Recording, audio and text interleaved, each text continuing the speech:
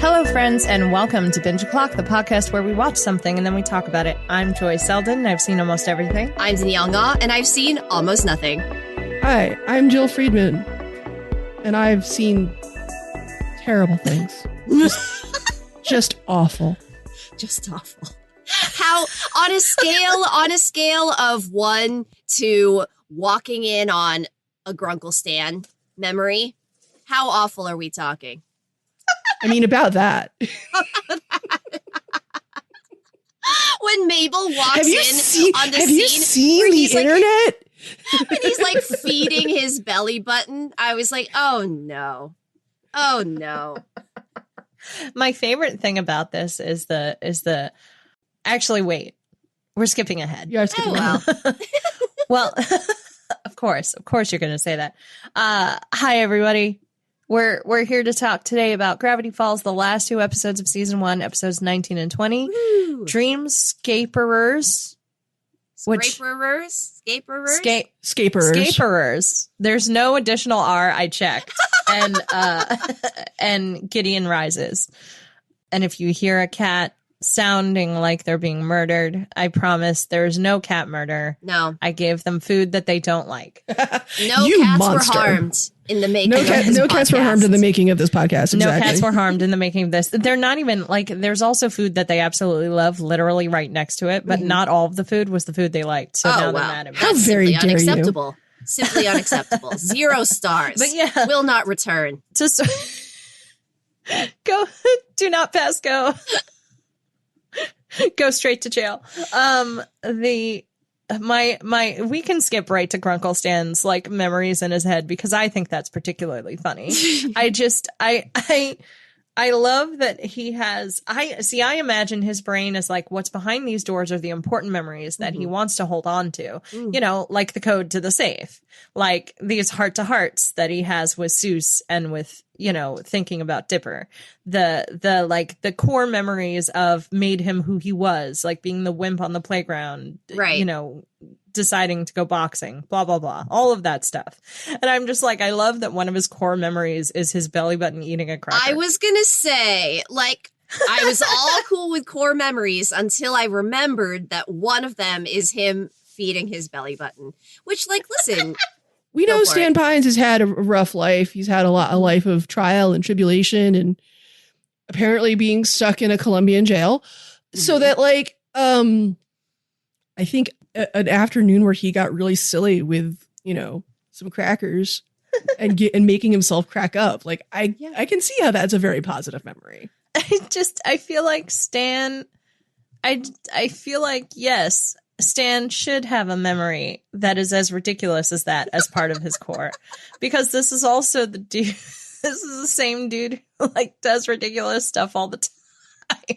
Very true. Very, very true. It's like him and the brownie Mystery Shack. Like, I need to know what's behind fears, and I need to know what's behind hopes. Yes, exactly. Like beyond making money, because we all know that it's more than that. I would like to know what is behind fears and what is behind hopes. Well, we definitely know that by the end of these 2 episodes, there's definitely more than just the making money. He's obviously there for a reason. Yeah, so I am going to be like biting my lip so much in these episodes because it is just, the note that I have is just like Costco-sized banjo polish, cafeteria supply, supply quantity. Yeah. A skid amount of like it's a whole palette. Like, yeah, and it's intended to feed skid. A high school for the semester. So let's talk about something you can talk about. Your notes for this episode are like one of those FBI case files where it's like redacted. You can see like, or no, it's all in Rot 13, which is the code that the secret messages at the end of each episode is written in. Amazing. Well, let's talk about something you can talk about, which is Bill Cipher, because now Danielle has met Bill Cipher. Yeah. Does he look familiar, Danielle? I wish I could tell you yes. Okay, so the reason I ask is because there have been subliminal Bill Ciphers at the end of almost every single opening of the show. Oh. And I have had to clamp my mouth shut Yeah. from being like, I saw Bill this time. Because I knew you didn't know who Bill Cipher was. I mean, and that was the banjo polish that I was unable to tell you about. Now that I know to look out for him, I'm confident that if I went back and searched, I would see him. But, you know, there are all sorts of images that sort of flash across the screen in this show. Yes. And that I routinely ignore because I just assume that they're going to become relevant later. You know? Yes. And I'm like, well, I'm just going to wait. I'm going to wait until I know what it is. I mean, that's a good way to approach it, I think. I mean, again, Bill Cipher wasn't a thing until he was a thing. Mm-hmm. Yeah. I love Bill Cipher in the way that I love crazy pants, nonsense, like characters who in general. Voices Bill Cipher? It is another Alex Hirsch character. That's where he's doing a voice and it's also like put through like a vocoder. Ah, okay. Because there was something about the voice that felt very familiar to me, but at the same time, I couldn't like quite put my finger on where I'd heard it before.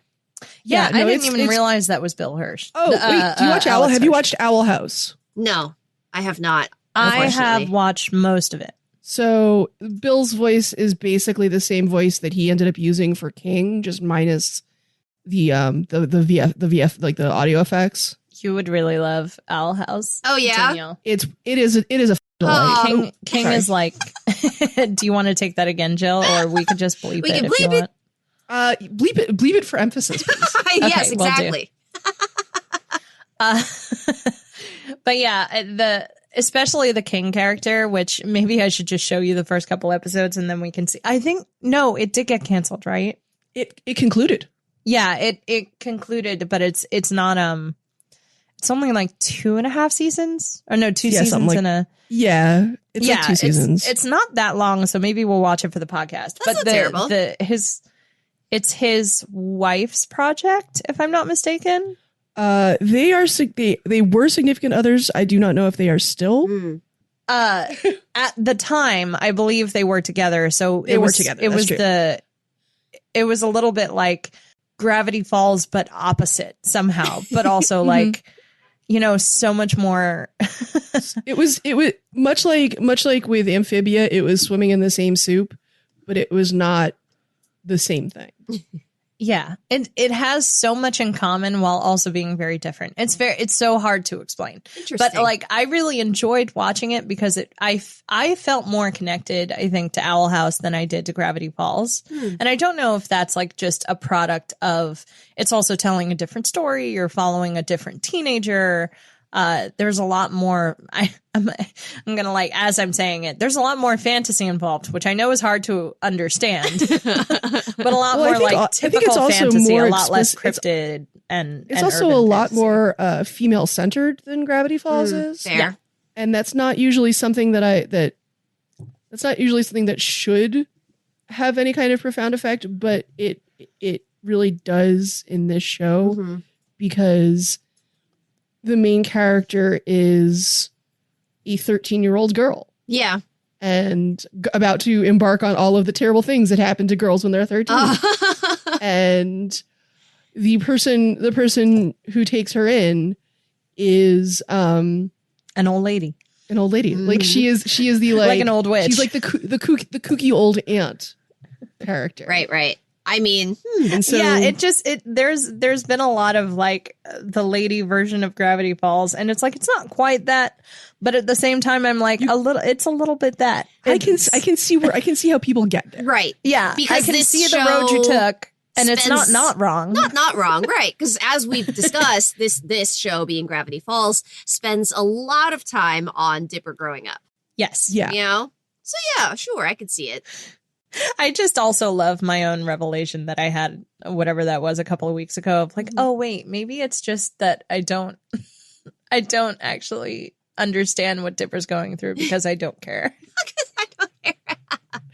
It's like, look, I love Dipper as a boy, but I genuinely don't care about half of the journey he's on. About his puberty journey? I don't care. And it's so funny because it's not like I even care about Mabel's boy journey more. I just think it's cuter and therefore more palatable. Well, but they also don't spend a lot of time on Mabel's boy journey. We've had moments of it here and there. Just that she has a ton of crushes. Yeah. Which I think people could be annoyed by. I think the thing that makes it different with Mabel is that it's a different guy every time. It's not, so it doesn't have the same kind of single-minded obsessiveness. Yeah, that's a good point. That Dipper has with regards to Wendy, so that I think if Mabel was fixated on one person, it would play similarly, but because it's a different guy, it's a different story, it's a different setup, it's a different context. Sure. It doesn't feel as repetitive, even though at base parse it kind of is. Yeah, and I think I can't stress enough how the most relatable part of Mabel's journey is, number one, how many guys there are. And number two, how all of them are unattainable. Every single one. Every single dude she has a crush on is unattainable. Right. They're either fictional or dead or fantastical and need to get back to their own family. Like, there is no dude that she has a crush on who is like her age, in town, going to dances. Like, it's not not there. Yeah, because literally that person doesn't live in this town, I know. The only person in this town who remotely matches that description is her brother. Right. And we're not doing that. This is not a show about that. And we're not doing that. This isn't that show. This is not that show. But anyway, yes. This is the show where Gideon is set up to be the villain of the season 1 finale. And so in the first of these 2 episodes, he attempts, successfully. So he steals the deed to the Mystery Shack so that he can demolish it and turn it into Gideon Land. Though, of course, he has an ulterior motive, which we can discuss later. His ulterior motive. That was a really quick summary. Well done. That was good. So the A-team, decides to break into into Grunkle Stan's mind. Yes. The powers of the book. I love that these books are so... I love that these books are so written as a journal, right? Like, obviously, now that you know there's a 1 and there's a 2 and a 3. Like, you obviously know by the time 2 showed up, it's like, oh, this is how you summon this guy. By the time 3 happens, it's like, oh, do not summon this guy, by the way. Bad idea. Do not summon. You know, it's a little bit like, oh yeah, that thing I wrote in last year's journal about don't. No, we're not gonna talk about that anymore because that was a mistake. But yeah, I love the Dreamscaperers because I enjoy so this is an episode that I can actually point to and be like, I enjoy Dipper's growth here.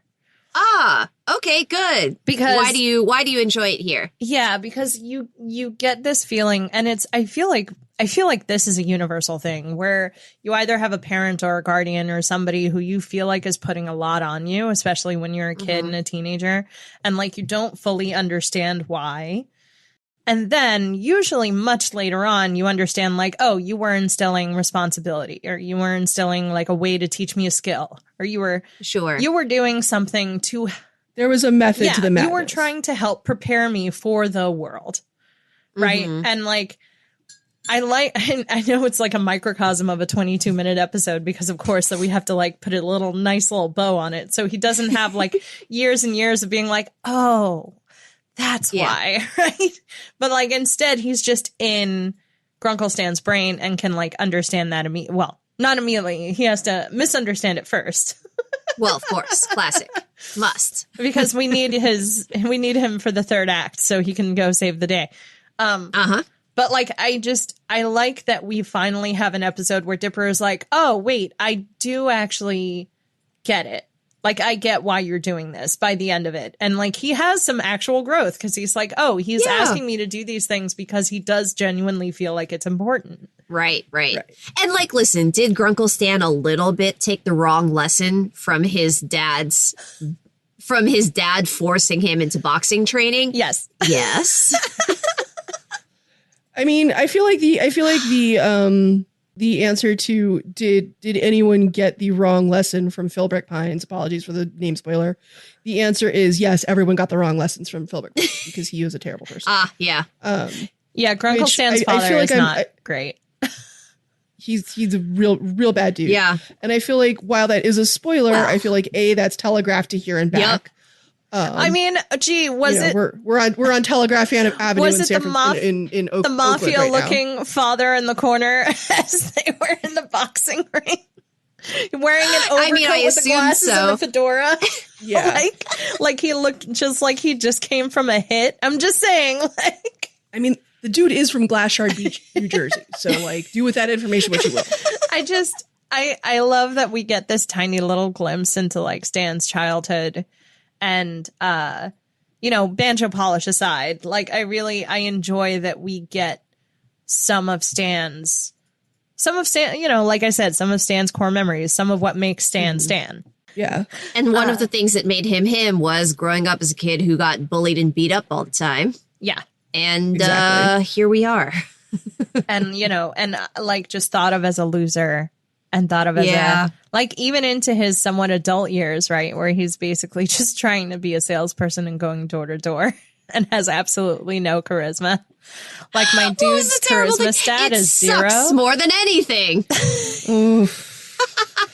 Man, charisma was his dump stat. Charisma was his dump stat, which is why it's hilarious that he runs the Mystery Shack.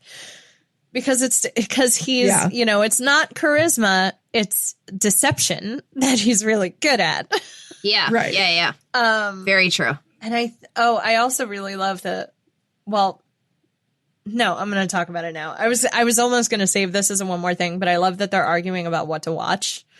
And then it becomes go fight a bat in the kitchen. And I love that there wasn't even a bat to animate. Like they saved that on the animation budget. It was literally just a Dipper walks in, a bunch of stuff flies out, and then we cut to Seuss like dressing his wounds. Oh, that was a cute scene. Did anyone else notice there was like a possum on the counter though? Yes, I did notice the possum on the counter. The dead possum on the counter. Maybe dead. Oh, I totally missed the There was a possum on the counter while he was dressing his wounds. Anyway, yes, it was a very cute scene. I love that that's the catalyst of like, why do I always have to fight the bat? The beginning of Dipper's journey. At the beginning what were some fun moments from this episode? What are things we want to talk about here? Outside of the larger thematic pieces. So I like how we establish, because Bill Cipher, this isn't even a spoiler because he literally was like, I'm just going to hang out and watch y'all, like, peace out. But like, he's not gone. And I like how as soon as he shows up, he is instantly insane. He's honestly a little scary. Like, I'm not actually scared because I'm an adult watching this show, not a child watching this show. Right. But it's the sort of thing where if you think about it for just a second too long, it's kind of frightening. Like the fact that one of the first things he does is just like, for zero reason, blow a hole in Dipper's chest, and Dipper just has a hole in his chest for a hot second. Not great. I know. And the other, the deer teeth. That's what I thought you were going to say. The deer teeth. That's what I thought you were going to say. Well, I had to end on the deer teeth. Yes, you had to end on the deer teeth. Fair. So do you remember way back, possibly in the very first episode, I was like, there is a thing that when I showed this to my partner, they were like, oh my God, they show this to children. Yeah. The deer teeth. The deer teeth were scary. The deer teeth happened. Like, actually scary. The deer teeth happened, and he was like, oh no. Wait a second. Wait a second. Because by the time you get to the deer teeth, you've already experienced the entire rest of the season. Yeah. You're already sort of prepared for things that are not usually Disney friendly, right? Yeah. But usually it's like innuendo or some weird, some weird gross thing, right? Like how the gnomes throw up rainbows, where you're like, okay, that's also weird and gross, but like I don't feel right. It's horror. Yeah, it's usually like you can't do that on television level stuff of like, snot or some other bodily fluid that's not a naughty fluid. It's burping, it's farting, it's whatever. Bathroom humor. Yes, bathroom humor. Thank you. But deer teeth. Deer teeth. And the way he gets the deer teeth and the way he puts them back. And then he puts them back. For some reason, putting them back doesn't, in fact, make any of that better. No, honestly, it really does not. The weirdest, the gross. Well, it wasn't even gross, but the most horrifying thing for me is how he just hands them to Gideon. Yeah, like he's giving him a bouquet of flowers. Kid. What's some deer teeth? But my favorite part about that entire exchange is honestly the deer just peacing out. Yeah, being like, the deer was like, nope. So and just noped right out there. My take on that was that the deer itself was in some kind of like magical fugue state and had no idea or awareness of what was going on, and that when Bill like undid it, like the deer came to awareness and was like, the vibes are off. I'm out. Well, that actually has like precedent, because when Bill Cipher is summoned, like everything sort of slows down and goes black and white. So I totally get that. I like that they kind of set that up to be like, okay, here's a weird nonsense, but it's entirely possible that no deers were actually harmed in the weird nonsensing of this weird nonsense. Maybe I just need no deers to be harmed in this, just for my own peace of mind. I mean, maybe that's how they got it past the censors of Disney. They're just like, look, he's fine. He's fine. So my notes on this whole scene. So first off, Gideon calling him my new minion. And it's like when you rewatch this, when he says this, you're like, oh, hon. And then he summons Bill. Yeah. Bill does the thing, and Gideon immediately realizes that he has made a tremendous strategic error, and he is about to have caused himself way many problems. Totally, but then instantly is just like, "Oh, you do work for me," Well, Bill's into it because Bill is. How much of that can you talk about? Bill has his own. That's what I'm thinking about. Bill has his own reasons for wanting to be in the Mystery Shack. Let's put it that way. I mean, we're not even. I think he even expresses it as much at some point, I think. Yeah. I mean, he never really gives the what, right? Well, it's very, very obvious that he has something really specific in mind that he would like. All right. Danielle, I need you to remove your earbuds for a second because I have a thing that I need to say and I don't want to spoil. Okay, like wave like this and then you When I'm done, I'll wave and let you know. All right, let me make sure there's no more. Yep. All right, you're good. And then the episodes where I was flailing and crying, you too will be crying. Yes, we are going to get into way more of the Banjo Polish episodes now that we're getting into season 2, which is exciting. Yeah, there's quite a few episodes that lead up to things and things and things and things. But like we get much like, like Fringe season 5, like we get a little taste of it for the end of season 1 of like how things can interconnect and where things can possibly go. I remember, so I didn't watch this show in order. I didn't watch Gravity Falls in order. So it's not that I was super spoiled per se, but there was definitely things that I just genuinely did not understand because I just didn't see them in the natural course of how the show reveals it. Mm-hmm. So like, I don't always remember that by the end of season 1, you see that Stan had the first notebook, right? Yeah. Things like little that. reveals are out of place. That's a detail that's kind of easy to like get lost in memory. Honestly, it's just one of those things that just sort of flies by and you're like, wait, what just happened? Yeah. I also wrote down the 80s will hurt your eyes because I love our 2 little travel companions while we're in. Oh, Kraz and Zyler. Bless those two precious they're boys. They're made of meat and love, and I love them. And glitter. And glitter. I was going to say more glitter than meat, probably. Probably. I love how Stan's mind is just so instantly a horror show. I mean, were we expecting anything else? No. I will say one thing I expected more of in Grunkle Stan's mind was traps. I also wouldn't have was been expecting that. Yeah. Like, what if he had, like, Home Aloned his mind a little bit? That would have made some sense to me. Right, yeah. And, like, the fear door was chained shut. So, like, that, except that I feel like his whole brain would be Home Aloned. Yeah, no, there should have been like a BB gun at the door when you rang the doorbell, Like there should have been something. I agree with you. It is a little bit lack of Stan. But I will say I really liked the little touches. Like there was a tiny little Stan crab. Did you clock the Stan crab? Stan crab. Yeah, I did. Bless the Stan crab. I want that Stan crab like as a plushie. Oh man. Oh boy. I need right? It would be so cute.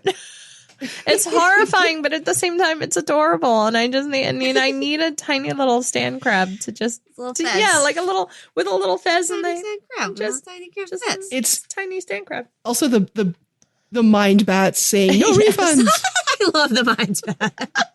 No refunds. Oh man. Little Grunkle Stan everywhere. I love what was it? The cat cannon? Cat. Oh, you mean the like kitten, the kitten hands. Kitten hands off of Mabel? I mean, okay, the kitten hands were amazing, but then we got the Seuss love stomach beam stare. Like, I didn't think you could beat kitten hands. I know. And then we got Seuss love stomach beam Never stare. underestimate the power of Seuss. Power of Seuss. The power of Mabel and the power of Seuss are both just so tremendously powerful, and to a degree that science hasn't quite gotten onto yet. I think this is where I was like, Zeus has to be a millennial. Because that is 100% a Care Bear stare. He just made a Care Bear stare. So I was like, so he's a millennial. He's a millennial. That's it. And I'm just like, and then I realized because this came out in, what was it? 2012? 2012 and 2013. Me as an elder millennial, I would have been turning 30. So, so then I realized, oh my God, Zeus is almost 30. Solidly. Like, even if he were just like 24, which I think is on the younger side of what I imagine him to be. Like, that would still put him as solidly a millennial. Yeah. Yeah. Millennial vibes. Long live Zeus. Love Zeus. Long live Love Zeus. Love Zeus' abuelita. Oh, it's Abuelita. Abuelita. Oh, well, that brings us nicely to episode 20, Gideon Rises, right? Yes. Because, like, blah, things are wrapped up in episode 19, Like, oh, wait, I have a thing from the Dreamscapers. Yes, okay. Dipper's, the incantation to summon Bill Cipher. Yes. Which I don't know if you caught it. Videntis omnium, Magister mentium, magnesium ad hominem, magnum opus, and habeas corpus, inceptus nolinus overatus. I missed that last one. That's pretty mentium, funny. Magister mentium. I did miss that last great. one. Good job, Alex Hirsch. It gets me every time. Oh gosh, pretty and it's so good because they're trying to incept Uncle Stan. So it's like he is both using the thing and making fun of it at the same time, and you just love it. You love to see it. Mabel finding the date with Lazy Susan. Non-specific excuse. Yeah. Non-specific excuse. And he runs away. I mean, just so good. You look really weird up close, or whatever it was. Yeah. All right. Those were the only other things. No, I love that. I love it. I think I wrote something like, what was it? All the Latin. Just Latin words is the thing I wrote. I was like, blah, blah, quite just honestly, Latin words. if I were not down to the wire on watching these 2 episodes. I probably would have gone back and rewatched the incantation to see what was actually being said, but I didn't have time for that, and so I didn't. Yeah, no, Danielle would have written down every single word without even fully understanding what they were. Just would have written them down. There was simply no time. That's basically what I did, so I get it. I love that. Well, see, so one of us did it. It's all good. Yeah. But, yeah. All right, so Gideon breaks into the safe, not with the combination, but instead with dynamite. I will say, I kind of enjoy that we actually never get the full combination. Yes. Because both times it's said, it's like 1344 and finally, and then something interrupts every time. Yeah, it was a real rule pretty of fantastic. 3. It was a real rule of 3 joke, and it Very served. much so. It served its purpose. I love a solid rule of 3. But anyway, Gideon steals the deed, and thus we're brought into episode 20, which kind of picks up like right where we left off. Although pretty spectacularly with the fake out of Dipper's nightmare. I know. A wrecking ball goes through the mystery shack, and then he wakes up in the home of Seuss. It wasn't a dream. It's real, and now they live with Abuelita, who is adorable. Who's adorable. All she does is vacuum all day. Bless her. Love her so much. Love her to bits. I also love the actual, and if I'm not mistaken, this is like the actual confirmation that Seuss is like actually Hispanic. Like we don't get a whole lot of confirmation before this moment. We get an inkling or 2. Well, we don't see Seuss's wallet until the 2nd season. Yeah. Because I couldn't remember because you get like his full name. Yeah. All that. And I couldn't remember if that happened. Well, yeah, and this is part of like my problem of seeing it out of order because I was like, I feel like this guy's Hispanic, but I'm not getting any. And then you're like watching all of season 1, and you're like, why do I think this guy is Hispanic? Like, where did this come from? Where did this come from? You know, because it like. Well, I mean, Seuss is short for Jesus. Yeah, yes. But they don't even. Don't they even just not talk about that? I don't think they do. Do they say I honestly I only know that because I read the IMDb page, I think. I don't remember that from the show. It gets mentioned in the 2nd season episode where they find his wallet because they read out his full name. Yeah. But that's like, I remember thinking like, why would they call him Seuss? That doesn't make any sense. It must be a nickname, you know, and like. Well, see, like, yeah. The instant I figured it out from IMDb, I was like, oh, that's what they're saying. Yeah. Because like, I watch all shows with closed captions. I am awful at understanding what is happening unless there are subtitles. And so next to the subtitles, his name is spelled SOOS, which was helpful because at first when I was first watching the show, I thought his name was Zeus, as in like the Greek god. I was like, right? I thought so Greek too. Roman. That's the same and then I saw the closed captions and I was like, oh no, Seuss. Like Dr. Seuss, but where's that from? Right. Yeah. Where are we getting that from? Exactly. Yeah, no, I love the actual confirmation because I was like, there were moments where I was getting Hispanic vibes the whole time. And I was just like, the first time I watched all the way through season 1 and I was like, oh yeah. Okay, great. Good. Thank God. There it is. Abuelita. Yeah. Cause at first I got very nervous that we were doing like, you know, white dude acts Hispanic. And I was like, no. Yeah. No, please no. Actually Hispanic. No. 2013 shine. I think we don't want. The thing we don't. He is, however, unfortunately voiced by not Hispanic actor. There's your 2013 shine. Alex there Hirsch. It is. There's your 2013 shine. Yeah. Is a Hispanic character is unfortunately voiced by the white showrunner. Yeah. No, I'm in some reason not surprised. Yeah, no. It doesn't surprise me in the least. Actually, I would have been surprised if the voice actor were Hispanic. Well, I mean, the character is based on a friend of his from college who I believe does work on the show. Aww. So I don't know. That's kind of cute. Yeah. I mean, kind of cute. I'll accept it. Again, no, yeah, we for Jill and for the for maybe new listeners who are just here for Gravity Falls, the shine we refer to is, oh my god, all the way back in season 1. It's okay if you haven't listened to Almost Human, that's okay. But our Almost Human season had a lot of shine on certain things that were just like, look, anything before, I think we even said before like 2018. Yeah, something like that. 2015. We were like, anything before, 2016, 2018 is gonna have shine. There's gonna be shine somewhere. It's gonna be like, oh, we're maybe it's an inappropriate joke. Maybe it's a gay joke. Maybe it's a rape joke. We don't know. Something's gonna happen. But yeah, no, inevitably it's also like, or you could have hired a Hispanic actor to play but it was 2012. It's fine. I mean, Hank Azaria worked on The Simpsons till what year? Yeah.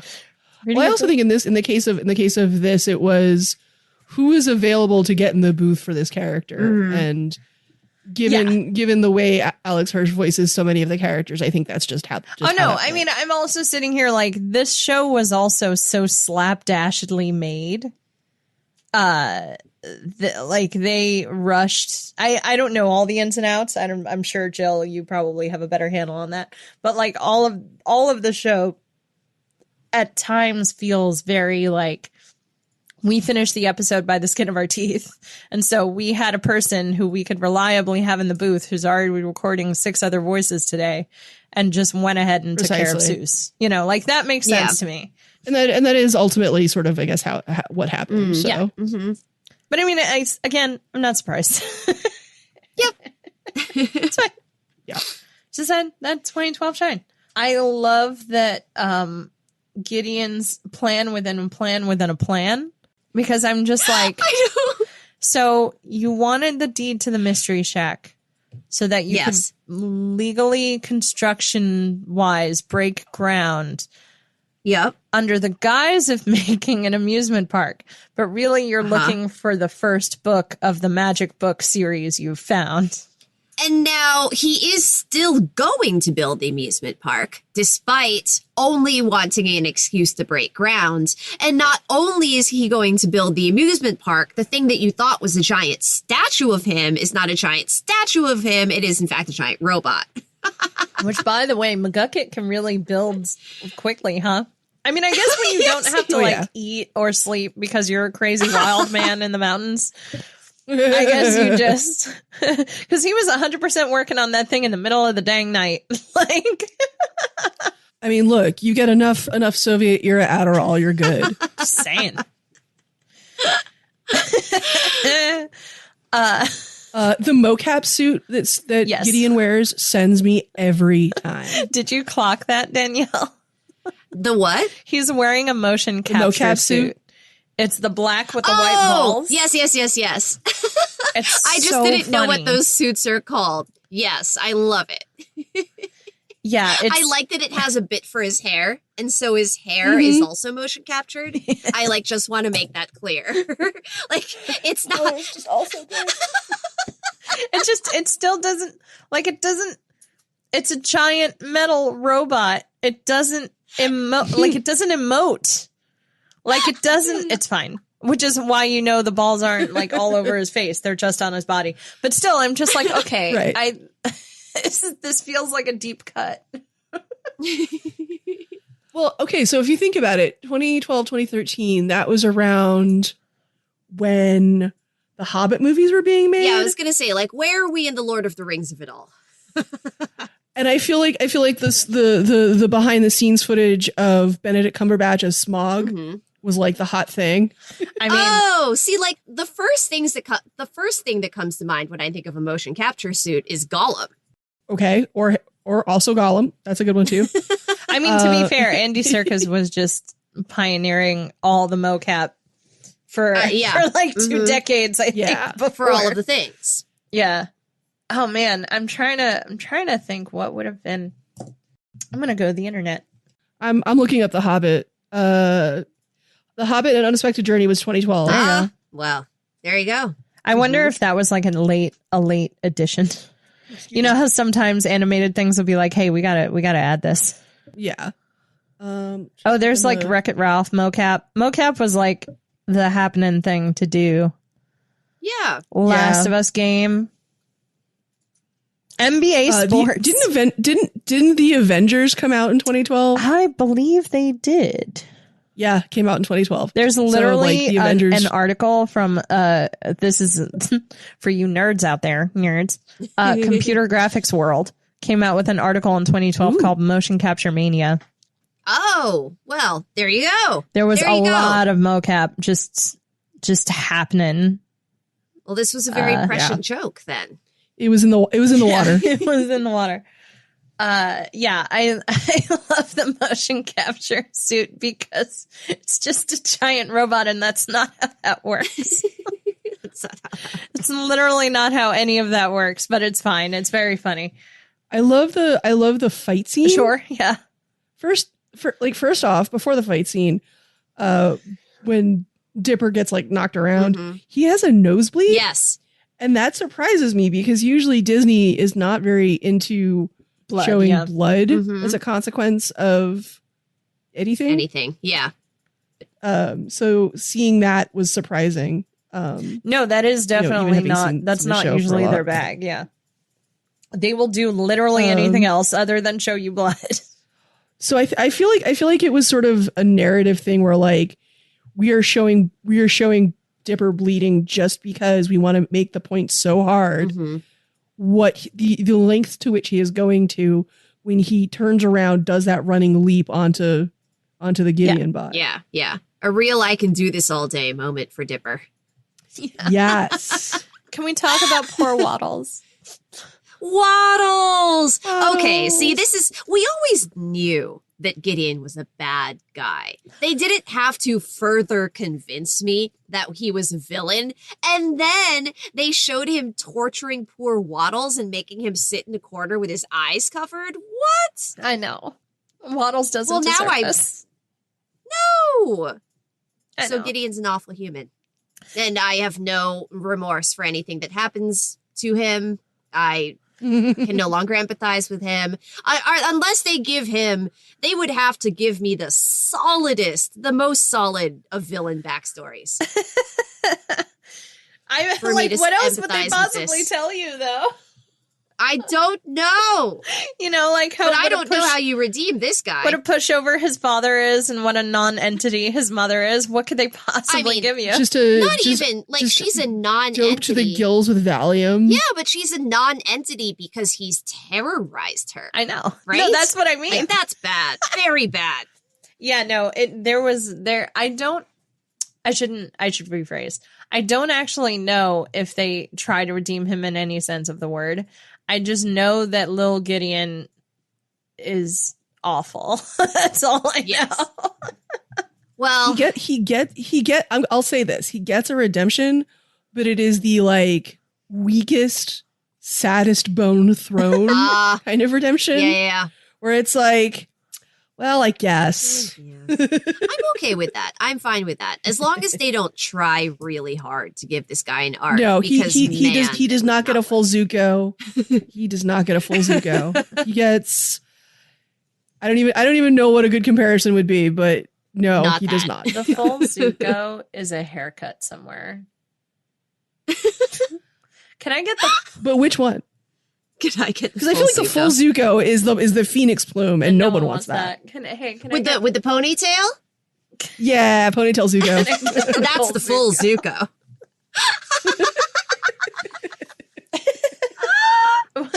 Full Zuko is just adult Zuko, where it's just all gray hair and long and bearded.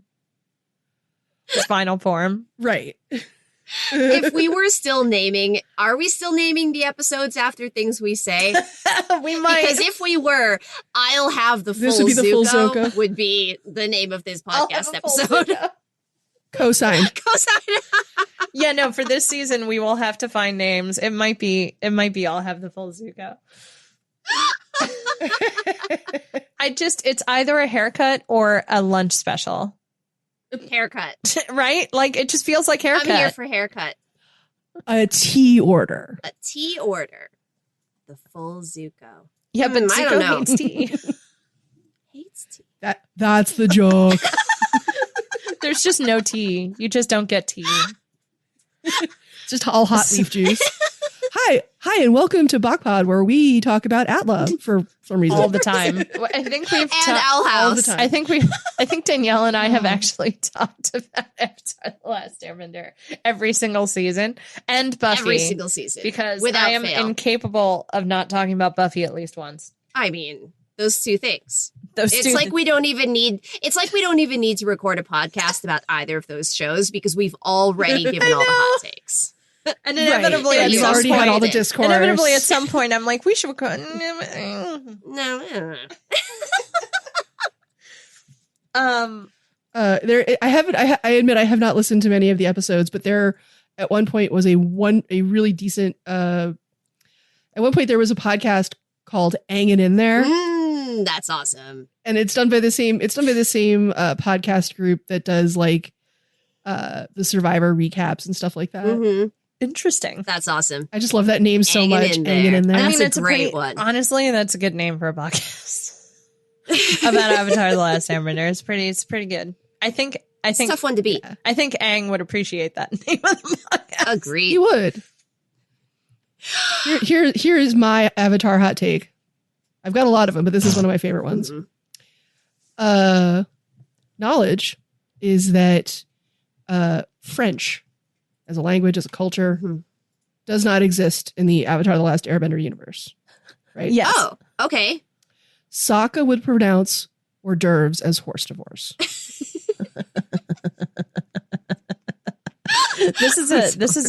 I feel like you're inserting a Doctor Who joke in an Avatar: The Last Airbender thing, and I'm here for it. I didn't intend to do that. So in Doctor Who, there's a brilliant moment where he's traveling with Donna, and I think he says something like they land in ancient Rome, I think, and they're speaking Latin, and Donna learns about, oh yeah, the TARDIS just automatically translates it for you, and she's like, but what happens when you say things in Latin? And so they try saying things in Latin because it's just part of the nomenclature of the English nomenclature. And inevitably someone's like, why are you speaking in Celtic? And it's very funny. It's just like the translation microbes get a little screwy about it. Yeah. That's really funny. I don't remember that happening. I do remember that happening. I didn't know what about Doctor Who where you were going with that, because there's, kind of like 60 plus years of, I guess it's only 60 years. But, just the 60. We're just coming up on the 60th anniversary. Don't look. Hey, Grandpa's old, but he's not that old, okay? He's not eligible for retirement yet. Not yet a senior citizen. Not yet a senior citizen. The AARP card is going to be put in the mail. It is not yet. I just love that Capaldi also played the Doctor and all those other old men. And I'm just like, oh no. Anyway.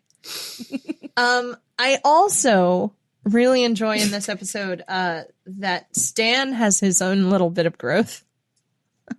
He does. He does. Just like the tiniest bit. He squeaks ever closer towards being, I don't know, some semblance of a positive role model. And a positive role model, an actual guardian, because we have yet to see that happen.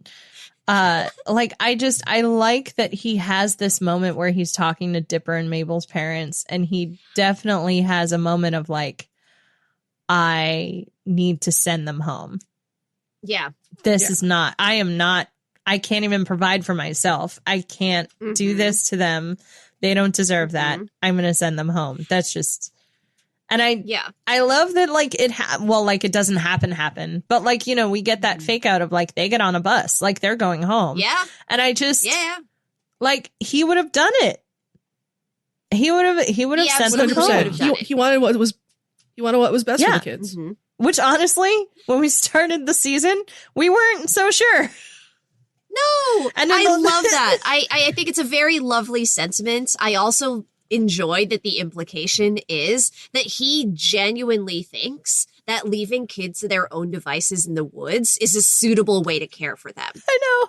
You know, like genuinely, if you have big open woods to explore, you're fine. You're good. If you have a job to come back to at the end of the day, you're fine. You're good. But this is a no. I can't even get them pizza. I was like, you also asked Dipper to fight a bat yesterday. Like, So the problem with asking Dipper to fight a bat is that anytime I hear about someone having a bat in their house and having to fight the bat or do something to get the bat out of the house, I inevitably think of two videos. There's one where this guy, it's like an old Vine or something, or it's a TikTok, where this guy is his cat caught a bat and brought it into the house, and he spends like all night trying to get the bat back out of his house. No. And it's very funny. There's like a really funny image he keeps using where it's a gull bat from Pokemon, but it's wearing Dirtbag Daryl's like Louis Vuitton hat backwards. Yep. It's just really funny. And then the other one is this Irish video that is possibly the funniest 3 minutes ever recorded. Where it's like 3 or 4 Irish people, and they're like all like in their 60s and 70s. Oh no. And they're trying to get a bat out of the kitchen. And it's just a disaster. I'll put the link in the chat.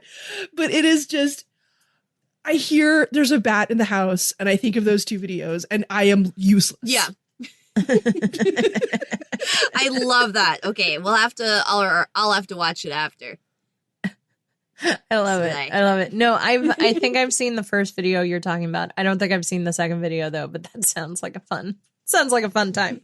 Fun time. I sat there like, isn't this during the day that they're fighting a bat? That's concerning. I mean, I was like, this bat has rabies. This bat has rabies. 100%. This bat has rabies. Yeah. Like, I'm like, you sent a small boy into a kitchen to fight a bat when Seuss was like, he was trying to crawl on top of me with his little bat. And I'm like, but Seuss is like 4 times Dipper's size. Like, oh no. Oh no. But yes, yesterday you told your great nephew to go fight a bat. And today you're like, you know what? I don't have enough money to feed you. You should go home. Growth. But like, growth. You know what that is? Minuscule. It's growth. Baby steps. Half a baby step. I mean, baby step the season finale. Like while your children, not your children, while your grand niece and nephew, your grand nibblings, yes, are sleeping upstairs in their beds, you have decided to unite 3 journals, unleash some unearthly power, unclear. Some question mark, and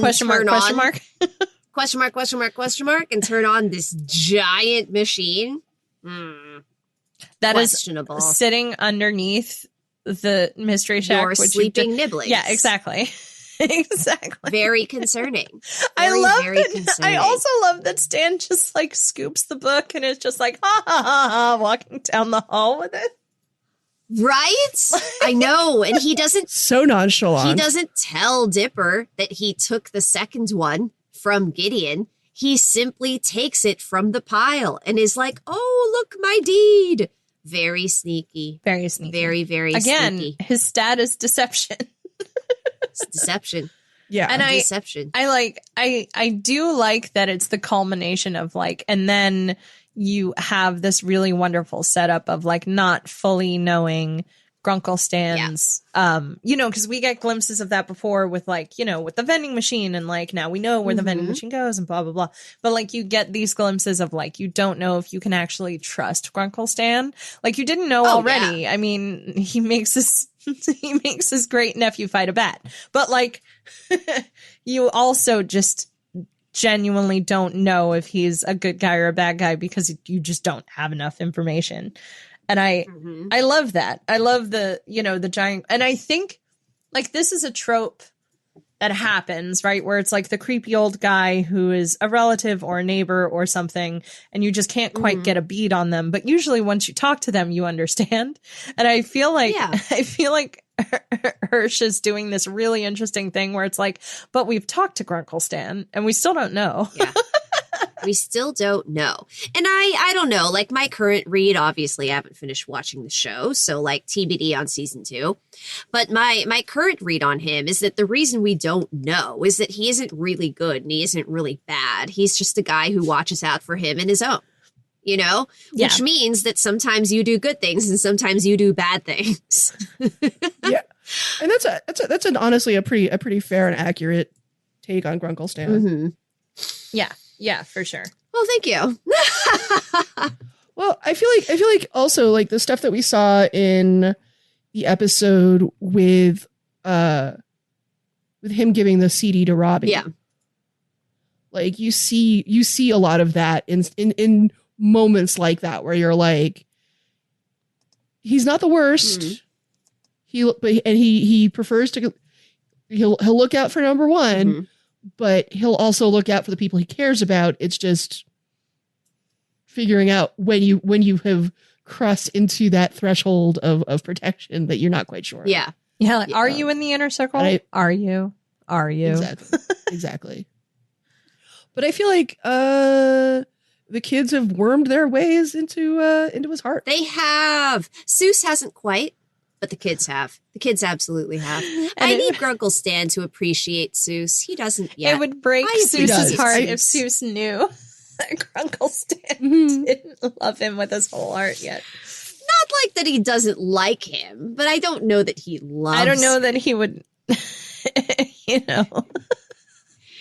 send him on a bus home. Send him on a bus home if you weren't caring for him well enough. I mean, I don't know. Granted, Seuss can take care of himself, as we see in this episode. You know, he picks up all those little side jobs. Love the reveal when he was the bus driver. That was God, fantastic. Right? I know. That happened while I was actually on a bus, and I almost cackled laughing because I watched that part while I was literally on a bus, and I was like, "How did you not look at?" Oh, right, you're sad. You didn't look up. You're sad. You didn't look up at the bus driver. You, the only 2 people on this bus. Yeah. And I guess I'll say the other thing I'll say overall about this episode is that I think what this finale does really well is make me excited for season 2. Yeah. You know? If I wasn't making you watch it, would you be watching season 2? Oh, yeah. Totally. Totally. Because, like the show took its sweet time, I think, getting you to like the characters, sort of introducing you to the world that exists around them. Mm-hmm. But once we get to this finale episode, or really like episodes 19 and 20, like that's when they make it abundantly clear that there is something bigger going on. And we're finally going to figure out a little bit more about what that is. Up to this point, it's been relatively episodic. Right. Yeah, because you could pick pretty much any particular episode and didn't necessarily have a through line. Yeah. Uh-huh. And just like watch it by itself. Like, oh, this is a really good teens trapped in a haunted house episode. This is why. Oh, this is a really good, This is why I have trouble remembering what happens in which season. Because again, I saw it out of order. And then even when I saw it in order, I don't remember what happens from season to season. Like, I was convinced that the Halloween episode, not the Halloween episode, the Summerween? Yeah. I was convinced Summerween was actually in season 2. Oh, interesting. And I was like, Summerween happens this early? Whoa. And I was like, whoa. Okay. See, this is why I can't talk about literally anything that we haven't watched yet, because I don't remember when it happens. Yeah. What else do we want to talk about in this last episode, though? I mean, I like the gnomes. I've got a couple, like, one more things stashed in my back pocket. Yeah, fair. But we can toss out some little stuff before we get to I like that they tried to incorporate the gnomes into their Get Back at Gideon, and it backfired so spectacularly. I like seeing the gnomes again. They're Mabel. What do we think about the chipmunk or the squirrel bath? And what do we think about Mabel offering Gideon as their new queen? I mean, I've seen worse. Yeah. I think no. I should say that the Squirrel bath is gross. Yeah. Unrelated. What the squirrel bath? Squirrel bath. As someone who, okay, very, very quick story. When I was a teenager, my dad's wife was a wildlife rehabber in Manhattan. And so there were, pigeons, baby, wildlife who would come through the apartment. There was one time we had an owl, which was super kind of cool. I was just like, can I just see it? I know it's a wildlife, but I just want to like look at it just the once. Yeah. One thing we had in abundance was like squirrels and baby squirrels because they were constantly getting hurt. And I can tell you, much like at a zoo, they're rodents. They just go everywhere. Like that bath is full of squirrel leavings, squirrel scat. Ooh, oh boy. Gross. No, thank you. So, it's skittering feet, lots of critters, and poop. Yes. Yeah.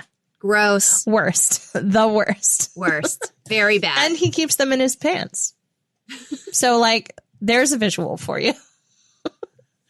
I would prefer not But to. I mean, again, like, this is also the toilet humor where I'm like, I expected a joke like that. Like, instead of the deer, fair. I expected The deer in the teeth. I expected a gnome in a squirrel bath, which I believe is what that's called. Makes sense. You were going to say something about Gideon, though, and I interrupted it. Gideon is the new queen. The thing is I was going to backtrack of like, seems like something he deserves because that is still a little mean. It is one of the moments where the show drifts perilously close to homo or transphobia. Uh-huh.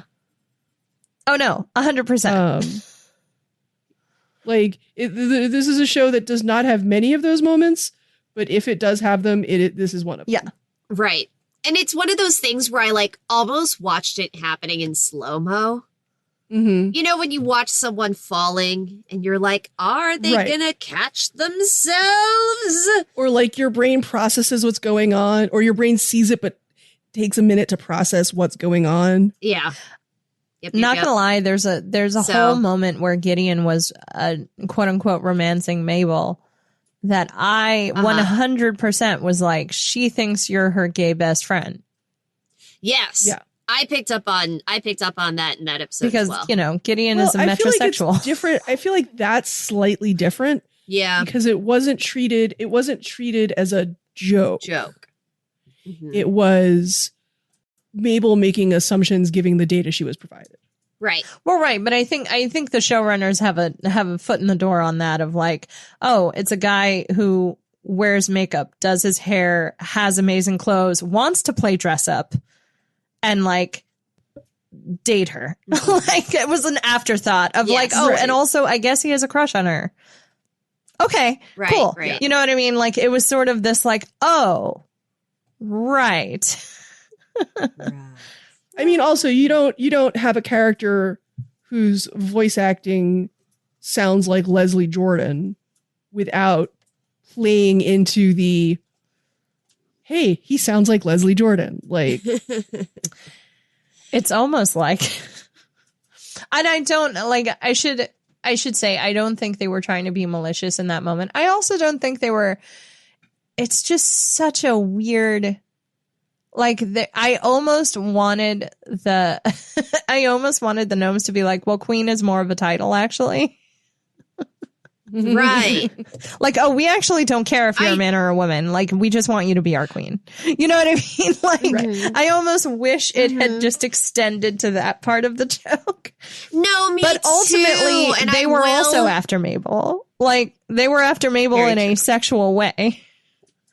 Like, they wanted her to be their wife. Yes, their wife. Shared life. You know, this isn't like the Lost Boys who just want a mom and it's like, okay, Wendy, you be the mom and Peter Pan's the dad. And it's not like, okay, they're going to actually get married now and actually have other kids. It's like, no, they're play acting. It's like, but it's like, no, that's They're not what we're play-acting talking about house, on Gravity Falls. No. No. Are we at one more thing? I think we're at one more things. Yeah. I had the gnomes and the I did write down the lol. All you wanted was the mystery shack, but Dipper has the journal. Lol.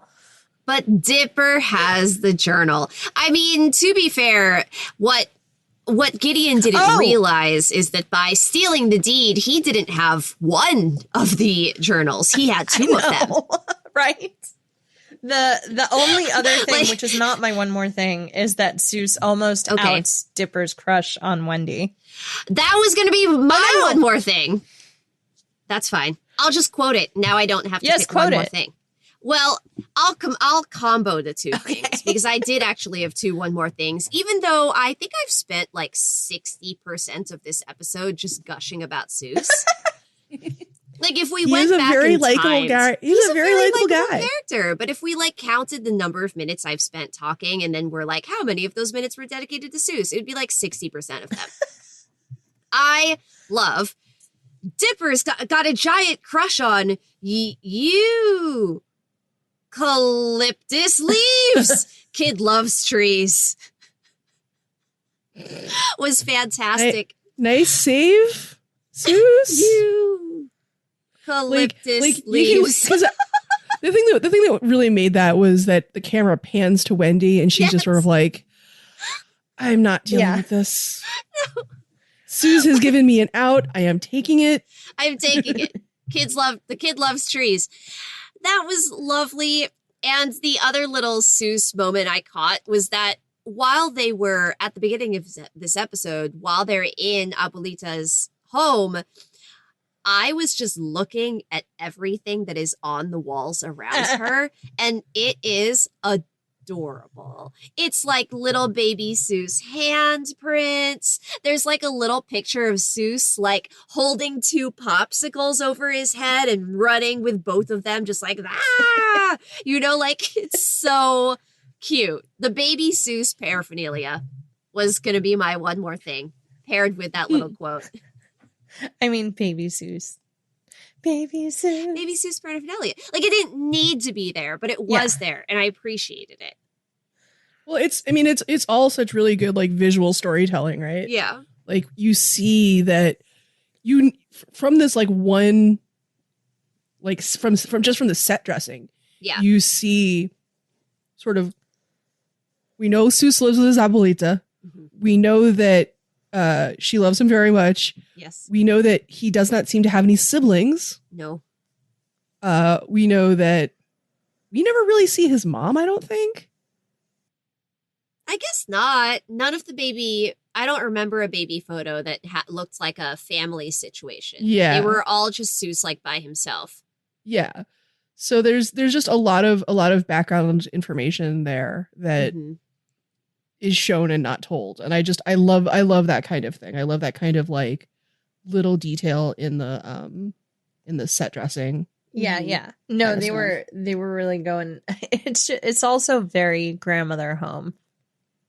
Like 100%. My grandmother had. Well, so for a while, very quick story. For a while, there was a campaign to get my grandmother to take down the pictures of me and her other grandchildren where we were babies and completely naked. Oh. And I was just like, my sister championed this and was just like, I need you to take down any, like, in the living room, like, naked baby pictures of me, please. And I remember looking at her and being like, oh, I guess it is weird. Yeah, maybe it's a pretty reasonable request. Well, I mean, when you can keep this in the episode as much if you like or not. I don't really care, but it's very, very off topic. When I was in New York cleaning out the apartment, there was one afternoon where some friends were over and people helped me go through all of the photographs. The two things that my friends sort of pulled out for the not keeps were the naked baby photos, the otherwise naked photos, of which there were some, and all of the photos of various family members asleep. Well, that's very interesting. Because apparently my family's favorite thing, my family never threw out a photograph. And apparently one of my parents' favorite things to do was if someone like fell asleep on the couch in the living room, or if somebody was like fell asleep in the middle of a thing. Mm-hmm. Picture of the person asleep. I don't know why I love that so much. That is kind of amazing. I feel like I would have had a lot of trouble throwing out pictures of my family members who were asleep. Oh God, I can't remember if Nella was there. I think she might have. I think that might have been the weekend that her brother and his girlfriend were in town. But yeah, it's so funny. Do you have your one more thing? I do. I have two. It's the owl trowel. The owl trowel. I love the owl trowel. You have Actually, too many owls I love blocking your all of the extra TV. Yeah, no, all of the door? television is great. Wait, what's that, Joy? It was like all these owls blocking your front door or something. Get the owl trowel. Okay. Get the owl trowel. I mean, the owl trowel is pretty great. Yes. Unfortunate use of Justin Roiland, but whatever. The other one more thing is at the end of Gideon Rises, when Gideon gets arrested and Blubs and Durland turn to Tyler Cutebicker and they're like, well, Tyler, what should we do? Get him. Yeah. Get him. And it's just like the saddest get him. You can tell he was working on that for a while. Like he was just as soon as the secret's revealed, as soon as everyone sees the surveillance camera, he's already welling up. He's just back there sobbing for like 2 minutes. That's Will Fort, and it's funny every time. Oh my gosh, that's great. That's great. I definitely laugh at that every time I see it. I 100% do. We did actually talk a lot about my one more things, but mine I've decided is the burrito bites. The burrito bites. What's in a burrito bite? I bet the burrito bites. Okay.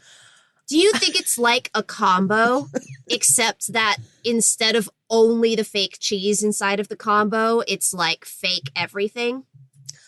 Like I was thinking more it was like rice and beans and cheese and I was meat? imagining it like a pizza pot, like a pizza roll, like a Totino's pizza roll. Oh, I mean that would make a lot more sense than what I was so imagining. Crunchy though. They do Totino's look crunchy. Pizza rolls? No, the burrito bites. They look like it looks like he's popping like rice crackers almost. Like they look dry and like the consistency of a potato chip, because it's like he even like stuffs his face and a few fly off, and I'm like, okay, well that's like a chip. See, this is why I was imagining something like a combo, except that the middle is all the burrito fillings. I mean, dry somehow. I feel like both could possibly be true. It's so hard to, I just love the idea. I love the concept. Yeah. I'm here for it. Like, what if it's like a non-meat, like a vegetarian burrito bite? So right? because we're on the topic of food, and because Jill, I don't know if you know this, but I do frequently when I see food on screen, I think about it and wonder what it tastes like and feels like when you consume it. No, I same. I just like, what's that? What does it taste like? Is it like the jam? The jelly. All I can think of, actually, Danielle, is your Facebook profile picture where you're sort of like looking excitedly at a food. Oh yeah.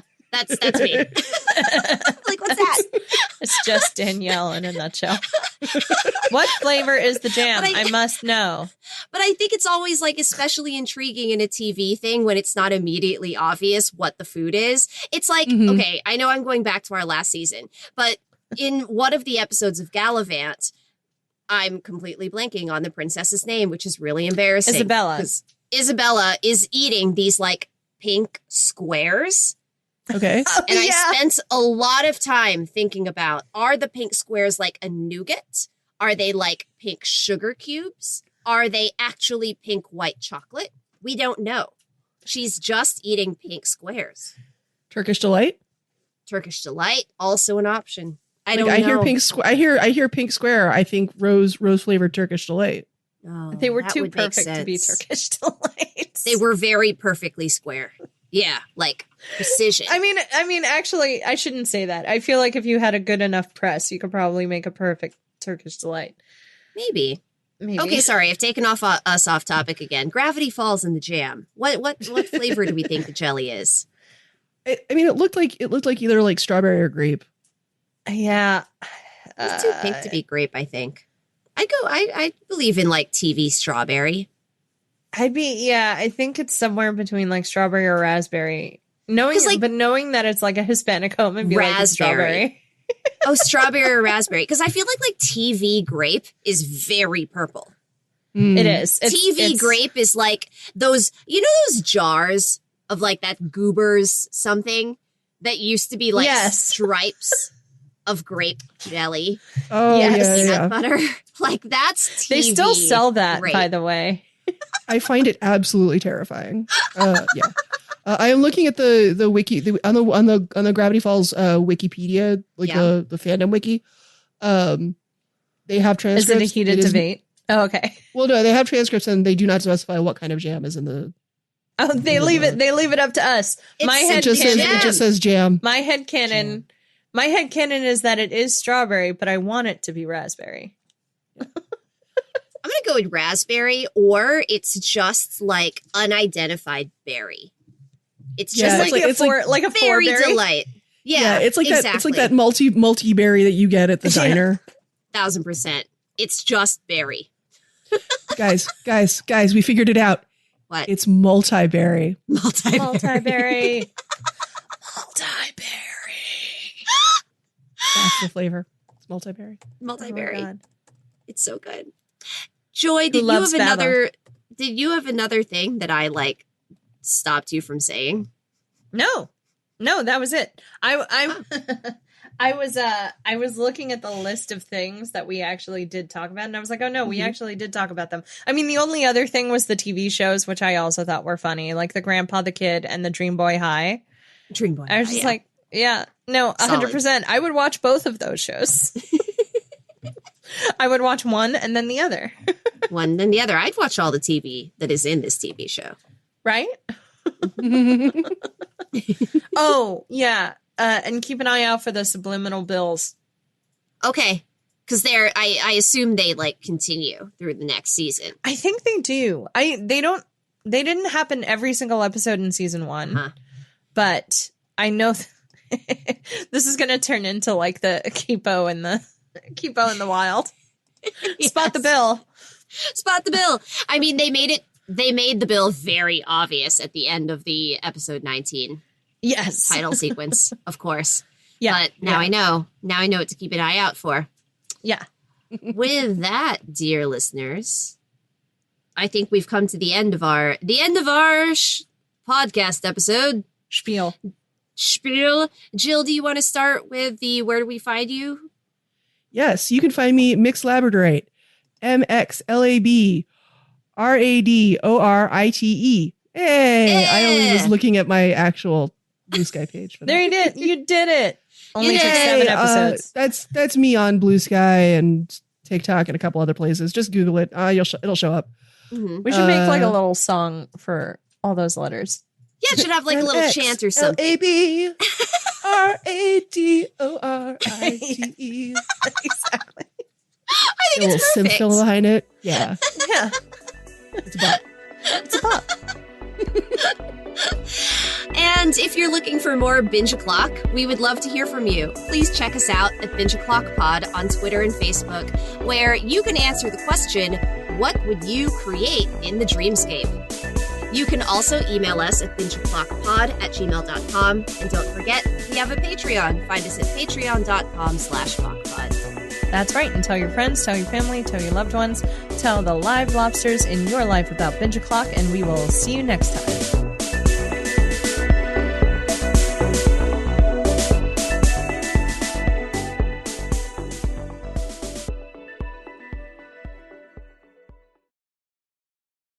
I thought of a one more thing. I'm sorry. Oh no! Okay, it's post credits. Oh no, yeah. Post credits. Go do it. Post credits. One more thing. So it was Danielle mentioning the Dreamscape thing. In the Dreamscape, to defend themselves, Yes. Mabel puts herself in a little hamster ball. Hamster ball If you remember, like the very second episode was the human-sized hamster ball. Was the human-sized hamster ball. Yep. Do you remember me saying during the podcast episode, like months ago at this point, does the human-sized hamster ball come back? And I believe I said yes, it did. 2 minutes later, after we checked, that was a really good one more thing. That was a fantastic one more thing. Yay! I'm glad. Love that. Hooray! Yay! I wrote a fanfic a few years ago, where the human-sized hamster ball features in it, and I had completely forgotten about it. Yeah. It just felt like such a thing that was so true to Mabel as a person. Human-sized hamster ball. That I used it and like went back and was rewatching the series again, and I was like, oh, there it is. It's fantastic. I love that it came back. Textual evidence, yes. It's not non-canonical.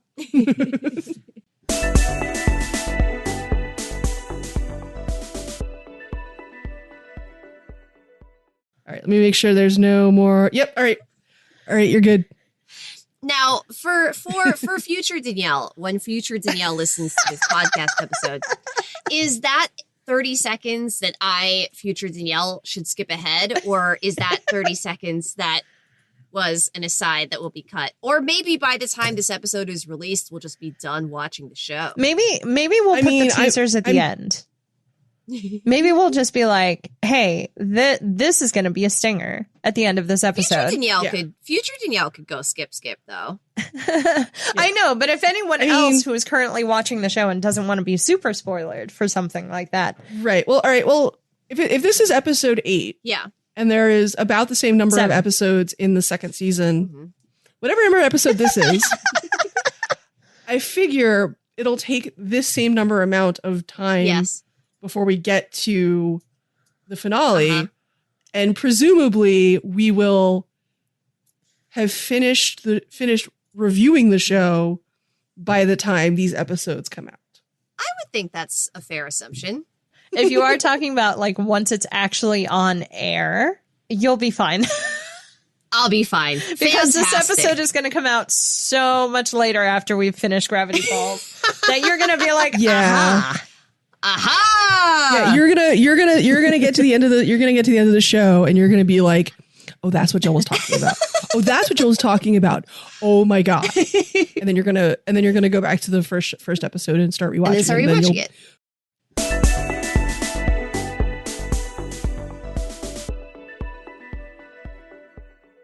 The fact that Gideon says Stanford, but Bill says Stan. And when we see Bill have his little like flashy like flashback thing, it is explicitly Stan that he sees. Yes. Yeah, it is. Because he sees, but it's Stan, not Stanford. And that's the sort of thing that you can only really catch on rewatch and why it's all banjo polish.